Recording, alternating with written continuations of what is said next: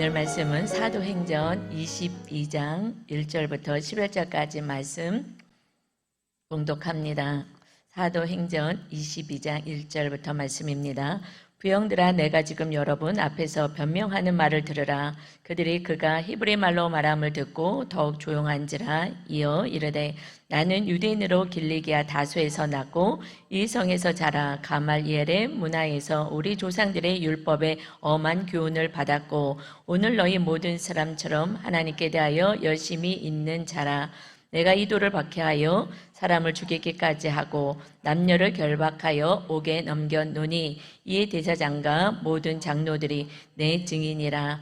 또 내가 그들에게서 다메섹 형제들에게 가는 공문을 받아가지고 거기 있는 자들도 결박하여 예루살렘으로 끌어다가 형벌받게 하려고 가더니 가는 중 다메섹에 가까이 갔을 때에 오전쯤 되어 호련히 하늘로부터 큰 빛이 나를 둘러 비치매 내가 땅에 엎드려져 들으니 소리에서 이르되, 사울아 사울아, 내가 왜 나를 박해하느냐 하시거늘 내가 대답하되, 주님 누구시니까 하니 이르되, 나는 내가 박해하는 나사렛 예수라 하시더라. 나와 함께 있는 사람이 빛은 보면서도 나에게 말씀하시는 이의 소리는 듣지 못하더라. 내가 이르되, 주님 무엇을 하리까? 주께서 이르시되, 일어나 다메섹으로 들어가라. 내가 해야 할 모든 것을 거기서 누가 이르리라 하시거늘 나는 그 빛의 강체로 말미암아 볼 수 없게 되었으므로 나와 함께 있는 사람들의 손에 끌려 다메섹에 들어가노라. 아멘. 오늘 22장 1절부터 이하의 본문의 말씀을 중심으로 해서 주님 무엇을 하리까? 라는 제목으로 같이 은혜를 나누겠습니다. 제목이 주님 제가 무엇을 할까요? 이 고백은 처음 교회 다니신 성도님이 하기는 어렵죠. 처음에는 이거 주세요, 나 필요해요, 이거 해주세요 하고 계속 달라고만 합니다. 그러다가 믿음이 점점 자라나면 이제 하나님 아버지의 마음을 헤아려서 제가 무엇을 하길 원하십니까? 자녀들도 마찬가지죠. 어렸을 때는 날마다 뭘 달라 그러죠. 네, 좀 철이 들면은 그때 부모님 마음을 헤아려서 부모님을 어떻게 기쁘게 해드릴까 하는 마음이 있는 것은 철난 거예요. 그런데 사람도 철이 안 나기도 해요. 60이 돼도 철이 안 나서 날마다 부모님께 달라고 하는 그런 분도 있을 거예요. 그래서 믿음도 마찬가지로 이제 성숙되어지면 주님 제가 무엇을 할까요? 우리 성도님들은 이렇게 믿음이 성장되어서 주님을 기쁘시게 하는 저와 여러분 다 되시기를 주님의 이름으로 축원합니다. 오늘 22장 말씀의 배경은 조금 울리지 않아요? 조금 소리 좀 잡아주세요. 좀 울리는 것 같아요. 22장 오늘 본문의 이 말씀은 배경이 사도 바울이 3차 전도 여행을 마치고 예루살렘으로 와서 그곳에서 벌어지는 일입니다. 예루살렘으로 이제 돌아올 때 그 여행을 3차 전도를 다 마치고 돌아올 때 거기 있는 제자들이 막 말렸어요. 성령님의 계시를 받고 예루살렘에 사도 바울이 갔을 때 고난 당할 것을 알려주었어요. 그래서 가지 말라고 아주 만류를 했습니다. 그런데 사도 바울도 알았어요. 성령께서 고난이 있을 것을 알려주었습니다. 그런데 그 제자들의 만류에도 불구하고 이렇게 선포하고 예루살렘 교회 쪽으로 돌아오게 된 거예요. 뭐라고 선포하시냐? 나도 안다. 성령이 결박과 환난이 기다린다 하셨다. 그러나 내가 주님께 받은 사명, 하나님 아버지 은혜의 복음을 증언하는 일을 마치려 하면은 나의 생명도 조금도 귀한 것으로 여기지 않겠다. 그리고 붙잡는 제자들을 만류하고 이 복음을 내가 전해야 돼. 그래서 한 영혼이라도 구원해야지. 아니면 진리를 모고 지옥에 가게 된다. 이미 나는 구원받은 자, 나는 천국 가는 백성이야. 그러니 나의 생명도 조금도 귀하지 않아. 이 진리를 전해야지 하고 예루살렘 교회로 왔어요. 아니나 다를까 유대인들이 그를 고발하고 그래서 로마의 군인의 그린들에 의해서 결박당해서 쇠사슬에 묶여 호송하는 가운데 그때 바울이 요청을 합니다. 그 천부장, 로마 천부장에게 내가 얘기할 수 있는 우리 시민들에게 얘기할 수 있는 기회를 달라고. 그래서 지금 결박당에서 호송하여 감옥으로 가는 그 도중에 지금 멈춰서서 22장 1절부터 복음을 전하는 거예요. 그런데 1절부터 복음을 전하는 내용은 자기를 먼저 소개하는 것으로 시작합니다. 복음은 살아계신 하나님을 전하는 거예요. 그래서 먼저 전해요. 첫 번째, 예수님 믿기 전에 삶이 어떠했는지를 먼저 전해요. 예수 그리스도는 하나님의 아들로 이 땅에 메시아로 오셨습니다 막 선포하는 것이 아니라 먼저 나의 삶과 내가 예수님을 만났을 때 그 후의 삶을 얘기하고 주님의 복음을 전합니다. 그 전에 자기가 바울이 예수님 믿기 전의 삶이 어땠는지 보겠습니다. 이것이 사도행전 22장 1절 말씀 다시 봉독합니다. 부형들아, 내가 지금 여러분에게 변명하는 말을 들으라. 부형, 아버지와 형제들, 그러니까 동포들이여 하고 정중하게 지금 말을 하고 있는 거예요. 내가 지금 여러분에게 변명하는 말을 들으세요. 여기서 변명은 원어로 아폴로기아라 그래요. 그래서 변호하다라는 뜻이에요. 그래서 내가 나를 변호하기를 원합니다. 2절이요. 그가 히브리 말로 말함을 듣고 더욱 조용한지라 이어 이르되, 지금 유대인들이 잡아가지고 지금 로마 군인이 데려가는 그 상황 속에서 지금 말씀을 전하는 거예요. 정말 마지막 순간에도 복음을 전하기를 원합니다. 그런데 히브리 말로 지금 말하고 있는 것이에요.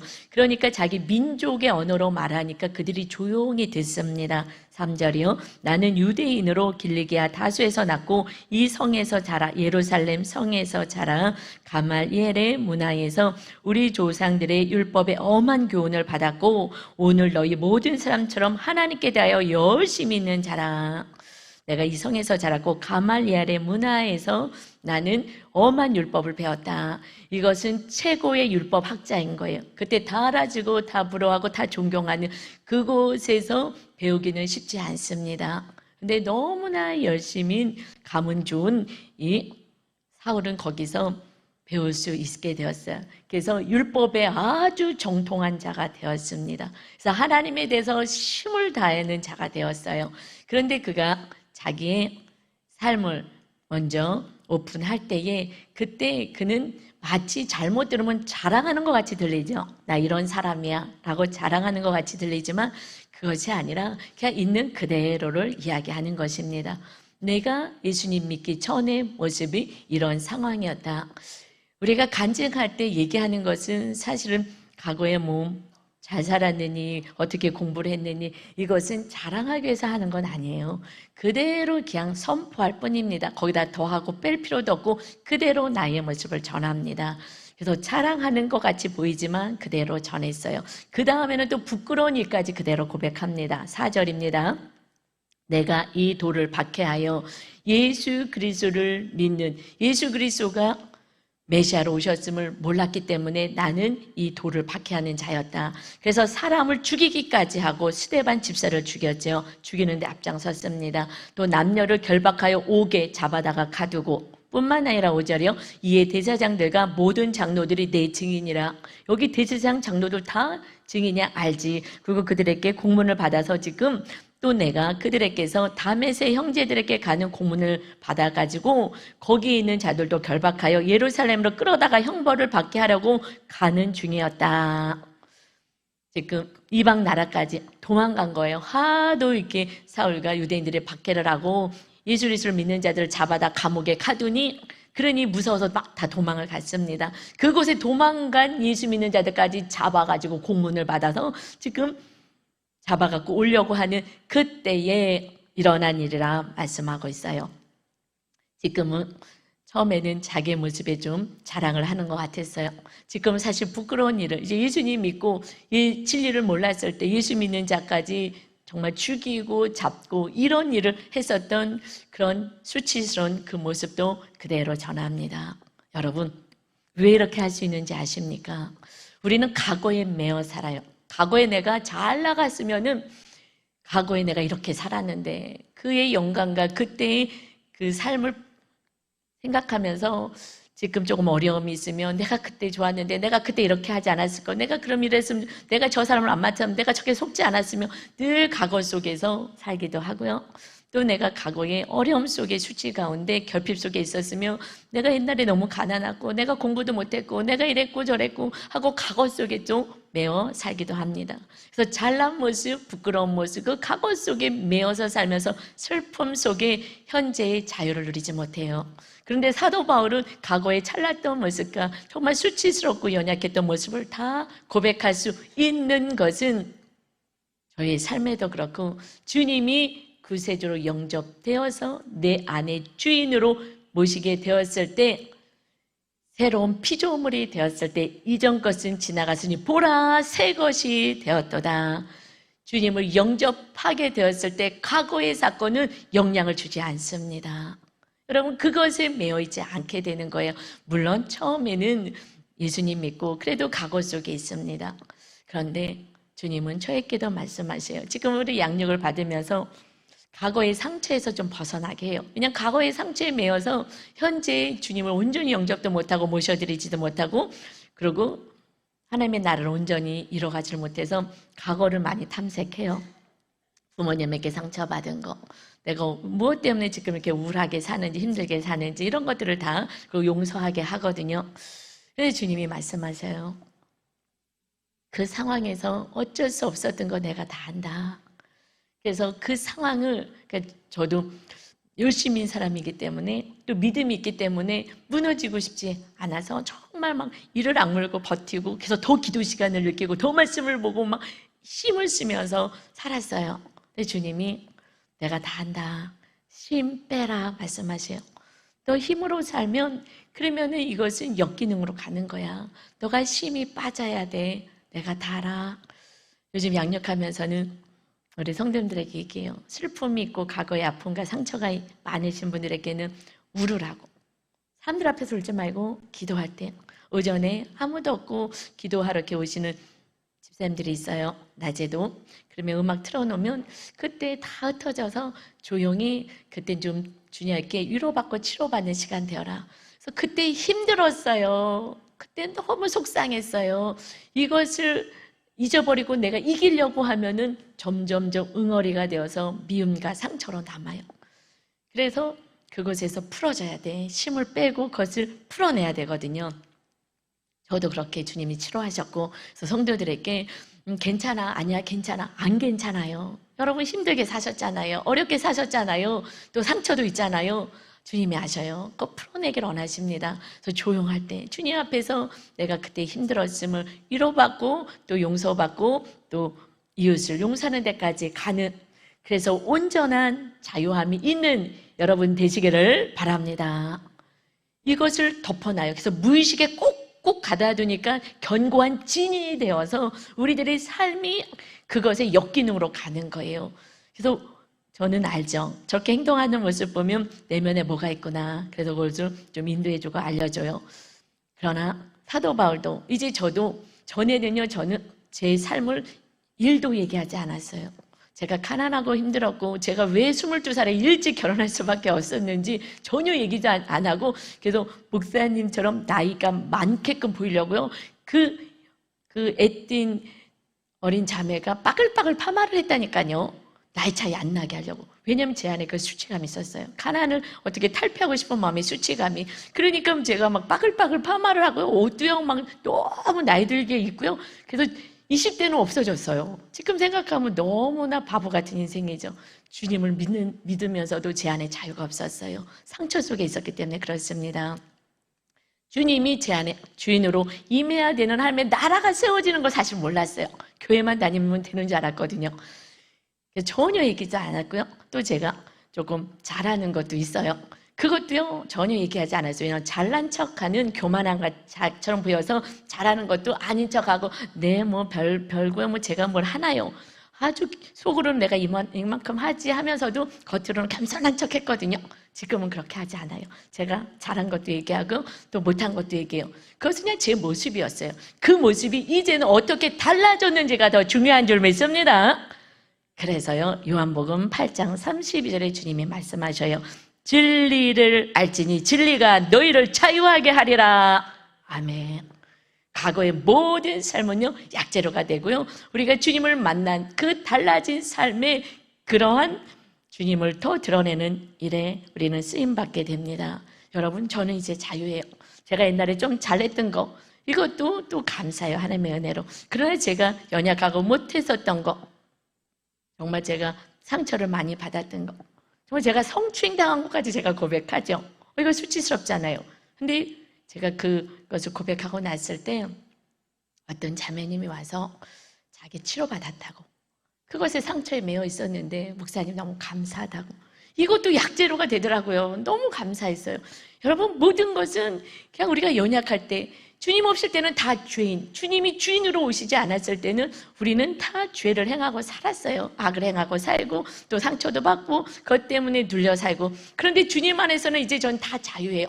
그거는 옛날 얘기예요. 주님이 왕으로 임하셔서 저는 거룩한 자, 의인이 되었습니다. 사도 바울도 이것을 고백하는 거예요. 이것이 진정으로 주님을 영접한 자의 자유함인 줄 믿습니다. 여러분, 과거에 매이지 마시고 이제 주님 안에서 참된 안식과 기쁨을 누리시고 앞으로 찬란한 미래를 바라보시고 살아가시는 여러분 다 되시기를 주님의 이름으로 축원합니다.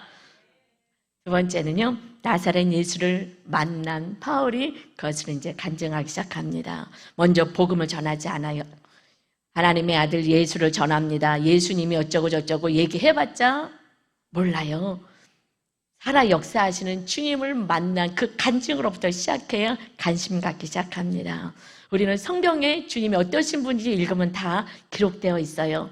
그런데 읽지도 않지만 믿지도 않아요.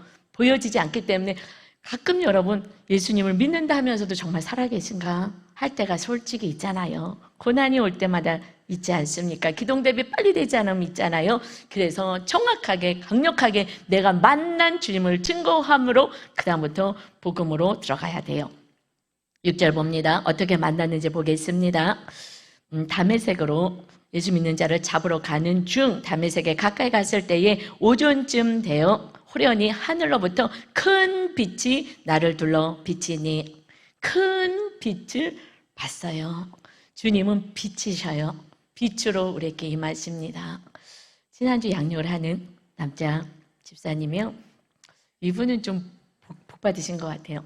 우리 교회 오신 지 얼마 안 됐는데 부부가 양육을 하시겠다고 적극적으로 하셔서 그래서 참여를 하게 되었어요. 조금 이렇게 적응한 다음에 하는데, 그런데 정말 열심히 말씀을 따라오고 순종을 하시는 거예요. 근데 아내가 제가 뭐 이렇게 하라고 한 것이 숙제를 내줬는데 3부 들어갈 때 그때 성령의 음성으로 들린 것 같아요. 그래서 이렇게 같이 나눠서 기도할 때 회개를 하더라고요. 목사님 말씀에 이제 순종합니다. 왜냐하면 하여튼 제가 숙제를 이렇게 하나씩 좀 내주거든요. 그 삶에서. 그래서 그 숙제는 이제 순종하는 게 3부 들어가면서 순종했어요. 딱 순종하면서 내 안에 하나님의 나라가 세워지니 그 하나님의 나라는 가정 안에 세워지는 거예요. 이 남자 집사님이 얼굴에 강체가 나는데요. 지난주 우리 같이 양육하신 분 알잖아요. 얼굴이 약간 까마셨거든요. 그러니까 약간 좀 이렇게 타신 얼굴이었는데 그 안에서 빛이 나는 거예요. 환하게. 깜짝 놀랐잖아요. 그러면서 얘기해요. 이렇게 신앙생활이 이런 행복이 있는지 몰랐다고. 너무 기뻤어요. 순종하니까 주님이 내 안에 계시면 여러분 정말 우리 안에 계신 주님의 빛이 찬란하게 비쳐서 그 빛이 세상 가운데, 가족 가운데 비춰지는 줄 믿습니다. 나의 천국은 가정천국이 되는 거예요. 이제 그 아이들은 얼마나 복받고 그 부모님이 그 천국의 삶이 자녀에게 비춰져서 주님을 영접할 수 있을까? 사실 참 기대가 됩니다. 그 빛이 이제 우리 안에 비춰져야 합니다. 내가 죽고 주님이 주인 되었을 때 주님의 빛이 비춰집니다. 제 얼굴을, 제가 결혼 초의 얼굴을 보면 무표정이에요. 정말 무표정이에요. 빛이라고는 하나도 없어요. 그냥 우울감만 있을 뿐이었죠. 저는 정말 자유함을 얻었어요. 주님이 주인 되시고 나서 이 기쁨을 사도 바울처럼 전하고 싶은 거예요. 마당밟는 인생이 아니에요. 그냥 말씀으로, 그냥 로고스로 아는 게 아니라 주님이 내 안에 임하신다고요. 할렐루야. 천국을 누리게 되는 줄 믿습니다. 정말 감사한 거예요. 새로운 피조물로 우리는 변화된 것입니다. 그 주님이 빛으로 찾아오셨어요. 우리 안에 임하시겠다고. 7절입니다.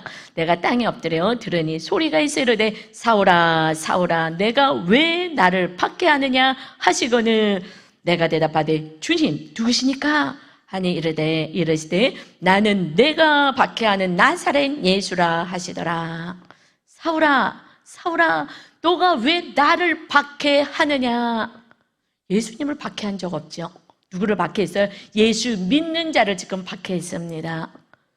여러분, 그런데 나를 박해했다, 주님을 박해했다고 얘기해요.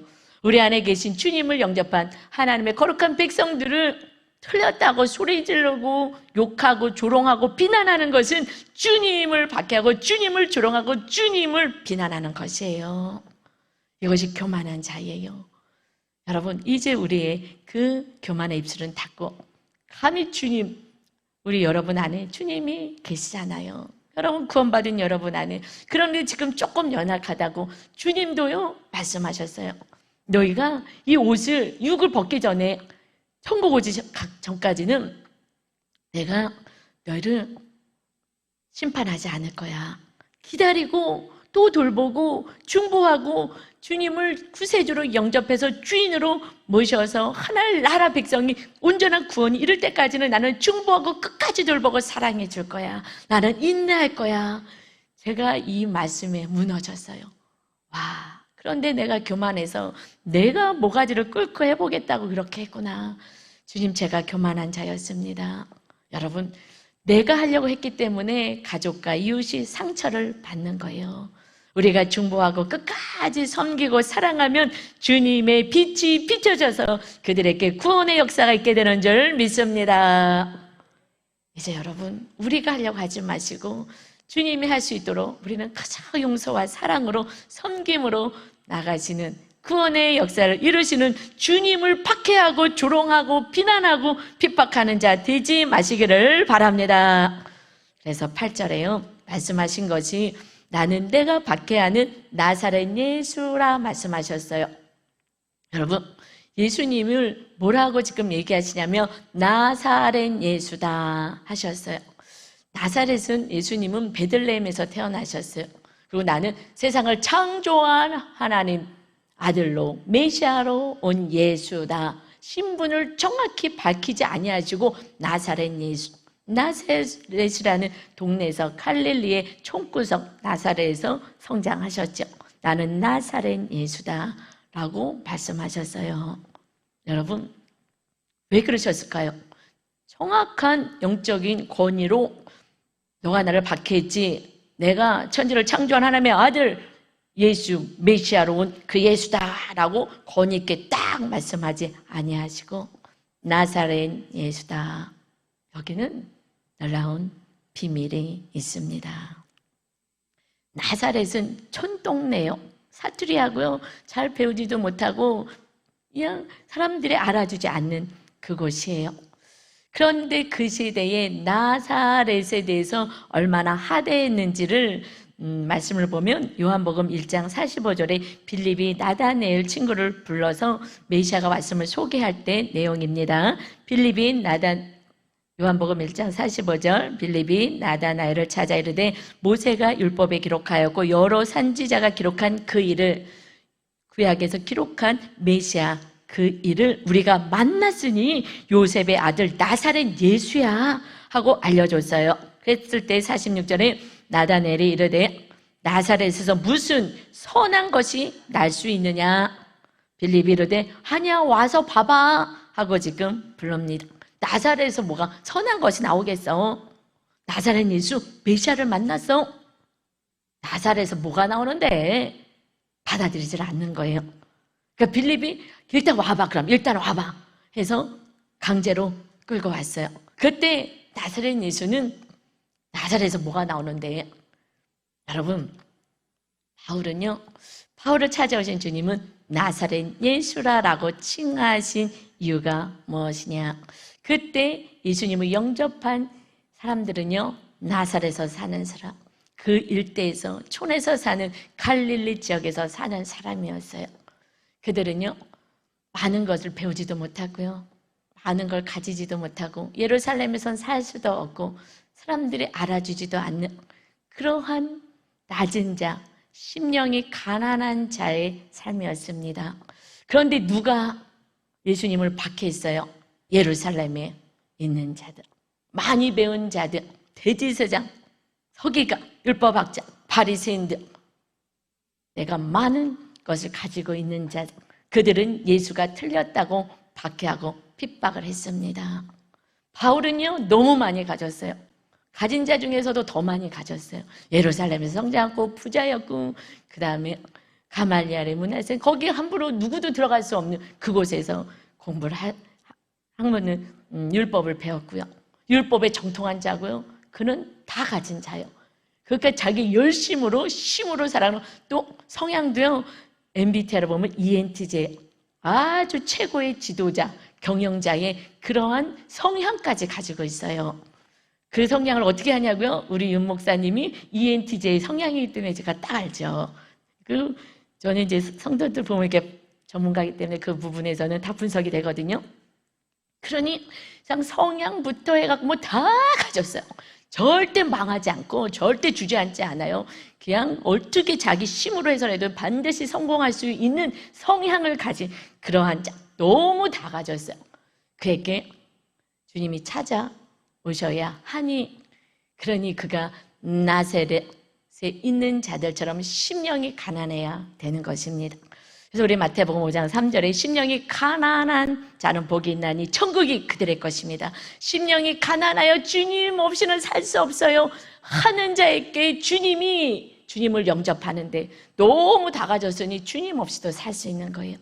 그는 나사렛 예수를 영접할 수 있는 심령이 가난한 자로 만들려니 주님이 빛으로 그의 눈을 어둡게 했습니다. 강력한 빛으로 오셨어요. 그래서 사도행전 22장 9절 이어서 본문 보면, 나와 함께 있는 사람들이 빛은 보면서도 나에게 말씀하신 이의 소리는 듣지 못하더라. 그들과 함께 지금 가고 있는데 옆에 있는 사람들은 빛을 봤어요. 그런데 누구만 눈에 보여지지 않는 장님이 되었습니까? 사울만 그렇게 된 거예요. 사람들은요, 찌찌찌찌찌 불쌍해라. 하늘에서 빛이 있었는데 다 같이 봤어요. 그런데 저 사울만 눈이 멀었네. 하늘에서 천벌을 내렸구나. 아이고 불쌍해라. 아이고 무슨 죄를 저렇게 많이 졌어? 라고 얘기하지 않았겠습니까? 야, 우리는 빛을 봤는데 눈이 안 멀었네. 아이고 감사해라. 하나님 감사합니다. 그런데 바울을 찾아오신 주님은요, 심령의 가난한 자가 되게 하셨어요. 앞이 보이지 않은 그 빛으로 눈이 어두워졌어요. 그때 심령이 가난해졌을 때에 주님의 음성이 들려집니다. 나에게 말씀하시는 이의 주님의 소리는 저들은 듣지 못하였다. 왜요? 심령이 가난해지지 않았어요. 그들은 아직도 의기당당하고 진리를 알지 못했어요. 자기 힘으로 뭔가를 했습니다. 그러나 바울은 빛을 보는 순간 실명했어요. 장님이 되었어요. 이제 앞도 보이지도 않아요. 이게 무슨 일이야? 놀랐어요. 그때 심령이 가난하게 되었을 때에 그때 나에게 말씀하시는 이의 소리가 들려집니다. 여러분, 여러분에게 말씀하시는 하나님의 레마의 음성을 들으셔야 돼요. 다른 사람들은 못 들었습니다. 소리를 못 듣는 거예요. 누구에게 들려져요? 심령이 가난한 영혼들에게만 들려지는 거예요. 아직까지 여러분이 다른 것을 의지하고 다른 것을 붙잡고 다른 것으로 살아갈 수 있는 힘과 무엇을 가지고 있다면 하나님의 말씀에 순종할 수도 없고 레마로 주시는, 나에게 주시는 말씀이 안 들려옵니다. 여러분, 그래서 매일 똑같은 말씀을 하는 것 같아요. 이 성경에 성경 말씀밖에 뭐가 있겠어요. 그런데 그냥 다 아는 얘기 같아요. 로고스가 아니라 이제 매일의 말씀 볼 때마다 레마의 말씀, 나에게 하시는 말씀을 받을 때 그때 우리는 기뻐 춤을 추는 거예요. 여러분, 날마다 주님은 여러분의 개인 한 영혼에게 주시는 말씀이 있어요. 오늘 여러분에게 무슨 말씀을 주시길 원하는지 사모함으로 오셔야 돼요. 사모함도 없고, 여러분 찬양할 때 마음을 확 열어야 돼요. 먼저 회개하시고, 그리고 내 영이 하나님을 찬양해야 되는 거예요. 그냥 앉아갖고 노래 부르시면 안 되는 거예요. 내 영이 하나님을 찬양해요. 나 같은 죄인을 구원해 주신 주님을 찬양하고 마음을 활짝 열어서 두 손 들고 찬양할 때 주님이 내 영을 받으시는 거예요. 그리고 주님은 그 받으신 영혼들, 한 영혼들에게 레마로 나에게 하시는 말씀이 있습니다. 여러분, 똑같은 말씀을 전해도 어떤 성도님들은요 기뻐 춤을 추고, 어떤 성도님들은 내 말을 못 받으면요 졸다가 마당 밟다 가요. 왜 그런지 아세요? 아직까지 남아있는 게 있어요. 내가 의지할 게 있어요. 정말 장님이 되어서 갑자기 앞도 안 보여지면 이게 무슨 일이야? 주여 누구십니까? 하고 붙잡을 수밖에 없어요. 여러분, 제가 안타까운 게 뭐냐면요, 이제 순종 좀 하지, 말씀 따라 살지, 주님을 주인으로 모시지, 아직도 내가 주인으로 저렇게 살아가니 얼마나 고난이 더울까. 여러분, 그래서 3일 만에 이 사울은 치료를 받게 돼요. 3일 실명하고, 그리고 주님을 만나서 영원한 천국을 수여하는 게 낫겠어요? 그냥 아무 고난도 없이 그러다가 지옥에 떨어지는, 내가 옳다고 생각하고 살다가 지옥불에 떨어지는 인생이 좋겠습니까? 여러분을 사랑하신다면, 누군가가 여러분을 위해서 기도한다면, 그런데 제가 여러분을 위해서 날마다 이름 불러서 기도하잖아요. 여러분은 천국 갈 수밖에 없다고요. 제가 기도를 멈추면은 모르지만 하루 종일 집에도 안 가고 교회에서 자면서 기도만 하는데 여러분 영혼들 위해서 얼마나 기도하겠어요? 여러분요, 그래서 이제 지옥을 갈 수도 없어요. 우리 교회를 떠나지만 않는다면 저는 포기가 없어요. 저는 성실 근면이 저희의 장점이거든요. 저는 어떤 상황 속에서도 놓치지 않아요. 끝까지 성실하게 가요. 여러분 한 영혼도 저는 놓치지 않습니다. 주님이 저에게 그런 좋은 또 성품을 주셨어요. 끝까지 섬기는 그런 은혜를 주셨어요. 밤에든 새벽이든 전화와든 늘 받고요. 늘 여러분을 위해서 준비하고 있죠. 그래서 여러분이 버림받았다면 고난은 없어요. 그냥 대충 살다가 지옥 갈 수 있어요. 마당 밟다가. 그런데 여러분 양육하면서 여러분이 지금 얼마나 성장되는지 모릅니다. 하나님의 나라가 세워지는 거예요. 천국을 경험하는 것입니다. 그래서 말씀하셔요. 내가 이제 성전 세우기를 원하는 너희들에게는, 주님이 주인 되기를 원하는 너희들에게는 사람 때문에 고통당하더라도, 인생의 채찍 때문에 물질이나 다른 병으로 고난을 당하더라도 마침내 너희를 하나님의 나라로 내가 인도할 거야. 할렐루야인 줄 믿습니다. 그런데 제가 안타깝잖아요. 저는 뻔히 아는데 제가 열심히 기도하기 때문에 하나님이 여러분을 지켜주시고 하나님의 나라를 세워주실 건데, 그런데 순종하지 않으면 또 강야를 돌고 고난을 당하고 있는 것까지 다 없어질까봐 제가 얼마나 염려가 되는지 몰라요. 하나님, 그 전에 돌아오게 해주세요. 주님만 의지하게 해주세요. 기도하게 하시고 예배 처소에 나오게 하시고 주님만 붙잡게 해주고 말씀 따라 살게 해주세요. 여러분, 그때 하나님이, 전능하신 하나님이 여러분의 삶을 주인이 돼서 책임져 주신 줄 믿습니다. 겸손한 자가 되십시오. 내가 내 힘으로 해보겠다고 결국 다 여러분이 가지고 있는 것을 다 내려놓을 때 나사렛 예수를 영접할 수 있는 겸손한 자가 되었을 때에 영접할 수밖에 없기에 나사렛 예수이다. 이것은 어마어마한 진리가 포함되어 있습니다. 주님 안에서는요, 고난은요 축복의 사건이고, 이제 하나님의 나라가 세워져서 영원한 천국이 임할 수 있는 하나님이 다스리는 멋진 인생이 되는 축복의 사건인 걸 믿으시고 날마다 감사로 주님께 나오시기를 주님의 이름으로 축원합니다. 아멘. 여러분 감사해요. 여러분 가운데 지금 많이 고난 당하시는 분들은 이제 회복만 있구나. 그래서 사실 감사가 있어요.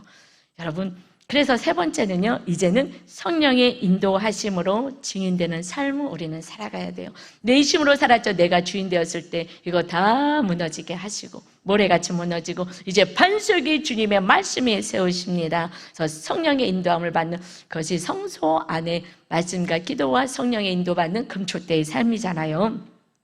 거기까지 가야 천국 갑니다. 마당만 받고 그저 은혜만, 나 구원받아서 주님 용서해 주세요. 그리고 또 세상 내가 주인 돼서 살아가는 자는 아직 주인이 바뀌어지지 않은 새로운 피조물이 되지 않아서 거기까지는 은혜 속에만 있지, 사실 속고 있는 거지, 성소까지 들어가야지 그때부터 구원이 있는 거예요.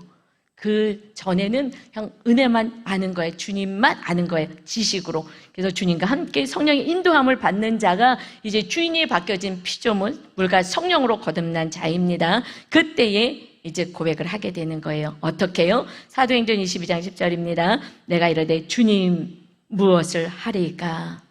주께서 이르실 때 일어나 다메섹으로 들어가라. 내가 해야 할 모든 것을 거기서 누가 이르리라 하시거늘. 이제 주님이 주인 되어서 영접하게 되면 주님 무엇을 할까요? 주인이 바뀌어지는 거예요. 주님의 말씀 따라 살고 성령님의 인도하심 따라 살아가는 것입니다. 그래서 우리가 해야 할 일을 이제 말씀을 통하여 성령님이 말씀해 주십니다. 그래서 나는 그 빛의 광채로 말미암아 볼 수 없게 되었으므로 나와 함께 있는 사람들의 손에 끌려 다메섹에 들어갔노라. 이제 그렇게 많은 것을 가지고 혈기왕성해서 내심으로 모든 것을 반드시 그런 ENTJ 유형은요, 이 땅에서 성공을 해요. 자기 노력과 힘으로 어떻게 수단과 방법을 어떻게 해서라도 반드시 성공할 수 있는 유형을 가졌단 말이에요. 이제 장님이 되니 사람의 손에 끌려서 벌벌벌 떨면서 움직이게 되는 거예요. 어디가 어딘지 깜깜해서 어디 갈 수도 없는 거예요. 아무리 가져도 아무 소용이 없게 되는 것입니다. 여러분, 내 힘을 빼십니다. 내가 스스로 겸손해지지 않고 주님만을 의지하지 않는다면 환경을 통해서 나를 낮추시는 거예요. 나를 낮추셔서 주님만 의지하는 겸손한 자로, 그래서 하나님의 다스리는 멋진 인생으로 세워 가십니다. 여러분 열심으로 하면은 망하는 거예요. 저도 열심으로 했어요. 하나님이 얼마 전에 너 열심 이거 내려놔라. 요즘 계속 더 힘 빼는 훈련을 해요. 말씀드리다 주님 알아서 하세요. 주님 알아서. 그런데 어느 날 또 제 열심으로 또 하고 있어. 아이고 하나님 잘못했습니다. 주님 인도하시면 따를게요. 가만히 있으면 또 가만히 있을게요. 이 훈련을 합니다. 저도 열심히 사람이기 때문에 이것이 어렸을 때부터 몸에 배가지고 주님이 말씀에 굉장히 촉각을 둬요. 근데 언제? 우리는 묵상을 하죠. 기록할 때. 이것은 기록하는 건 엄청난 은혜인 것입니다. 그때 저는 이제 깊은 데로 들어가니까 요즘은 어떤 사건이 생기죠. 그러면 그것을 이제 하나님 오늘 이런 사건이 생겼습니다. 말씀에 딱 비추었을 때 주님이 딱 해석을 해주셔요. 그런데 정말 계시의 말씀처럼 말씀으로 딱 해석을 해주셔요. 여러분 성경 말씀 밖의 것은 마귀가 역사하는 거지 하나님 말씀이 아니에요. 하나님은 성경 말씀을 기억나게 하시고 말씀을 풀어주시는 줄 믿습니다. 그래서 말씀으로 받는 것이에요. 네, 주님이 말씀으로 해주십니다. 얼마나 기쁜지 몰라. 그래서 조금 여러분이 아주 힘들 때 상담사를 찾아가잖아요. 세상 사람들은. 그래서 이렇게 좀 도움을 받죠. 똑같아요. 성령님의 그 언어가 파라클레토스라는 언어를 써요. 왜 그 단어를 쓰느냐? 거기에 뜻은 상담자라는 뜻이 있어요. 성령님 우리의 상담자가 되어주셔요. 그래서 성령 충만한 성도님들은요, 우리 리더 보면 제가 상담 공부 해봐서 알잖아요. 그냥 거기는 초등학문이고요. 영적으로 하나님의 뜻까지 알려줘가지고 최고의 무슨 상담 공부한 사람 같아. 성령님이 상담자가 되시니까 성령 충만하니까 와 놀랍다. 정말 너무너무 자랑스럽더라고요. 여러분 그 성령님과 함께 동행하셔서 정말 장님 같은 인생이 아니라 이제 사람의 손에 끌려 내 힘으로 내 노력으로 살아가는 것이 아니라 성령님의 인도하심을 받아 이 어두운 세상 가운데 살아가시는 여러분 되시기를 바랍니다. 여러분 이제 성령이 임하시면 사도 바울처럼 우리는 살아가는 거예요. 주님이 승천하시면서 우리들에게 말씀하신 당부의 말씀입니다. 사도행전 1장 8절입니다. 오직 성령이 너희에게 임하시면 너희가 권능을 받고 예루살렘과 온 유대와 사마리아 땅 끝까지 이르러 내 증인이 되리라 하시니라. 우리는 이제 주님의 증인되는 삶인 거예요. 무엇을 전해요? 예수님이 있기 전의 삶, 예수님이 있고 나서 달라진 삶, 확연하게 달라질 수밖에 없어요. 저를 보니까 그렇더라고요. 저는 옛날에 마당들만 밟았을 때는 전혀 달라지지 않아서요. 늘 원망, 불평, 슬픔 가운데 우울감에 살았어요. 그래서 빼짝빼짝 말랐어요. 그리고 엄청 예민했어요. 근데 지금은요, 그런 게 다 없어졌어요. 자유하니까, 주님이 주인 되시니까 염려 걱정도 없어요. 여러분, 영원한 천국이 있음을 믿으십니까? 아멘. 그런데 몇십 년 남은 그 인생을 하나님이 책임 안 주실까 봐 걱정하십니까? 만약에 그게 걱정되신다면 천국을 믿지 않는 거예요. 믿고 싶은 거지. 정말 천국이 임하면은요, 그러면은 영원한 나라를 지으시고 다 준비해 놓았다는 걸 아멘 하면서 지금 몇십 년 살 것 때문에 벌벌 떨고 그것 때문에 싸우고 울고 슬프고 이렇게 산다는 것은 아직 주님을 아는 거지 영접한 건 아니에요. 주인이 내가 되는 거지, 주인이 주님이 되시면 그때는 완전한 자유함과 은혜가 있어요.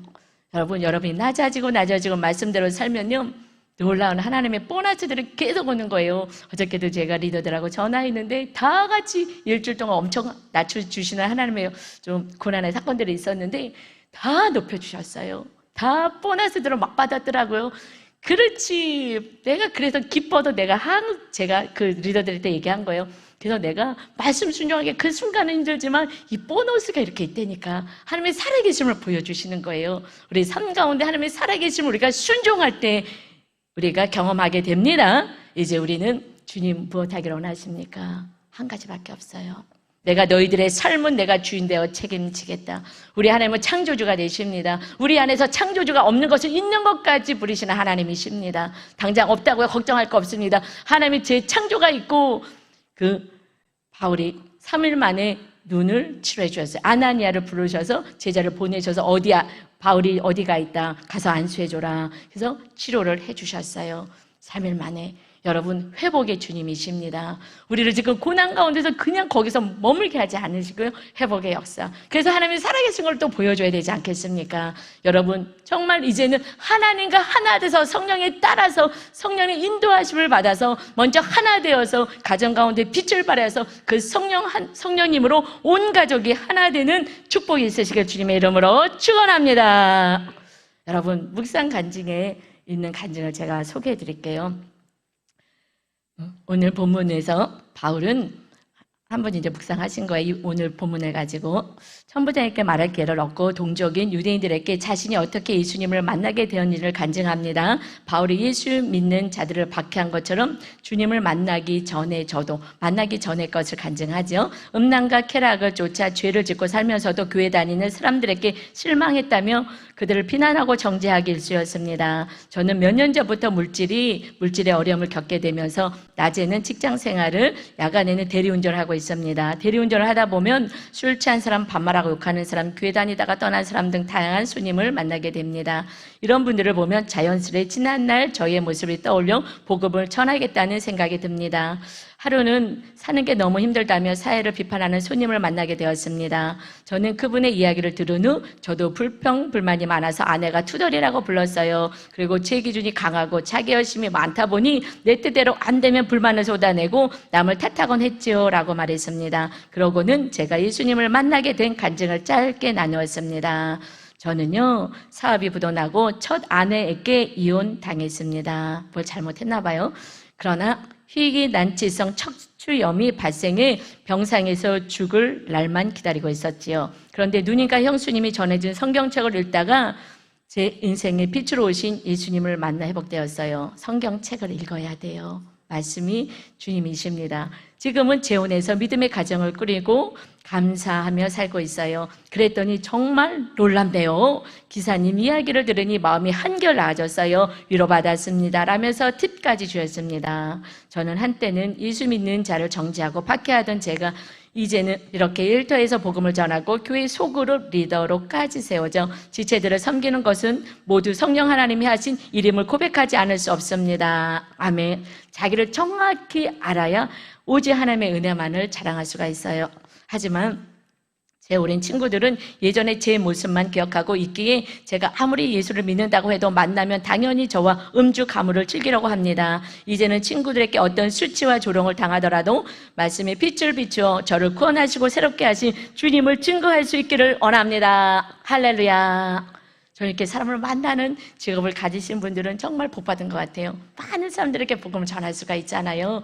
이것은 우리 어떤 것이든 복음을 전할 수 있는 직업이 가장 저는 복된 직업인 것 같아요. 여러분 이제 먼저 가정 안에서 빛을 발하시고 만나는 이웃들에게 나의 삶이 이렇게 달라진 살아 역사하신 하나님을 전하여서 빛의 자녀로 살아가시길 주님의 이름으로 축원합니다. 우리 주여 일창하시 기도하겠습니다. 주여 아버지 하나님 감사합니다. 하나님 내 영혼이 은총 입어 중한 찢은 벗고 보니 슬픔만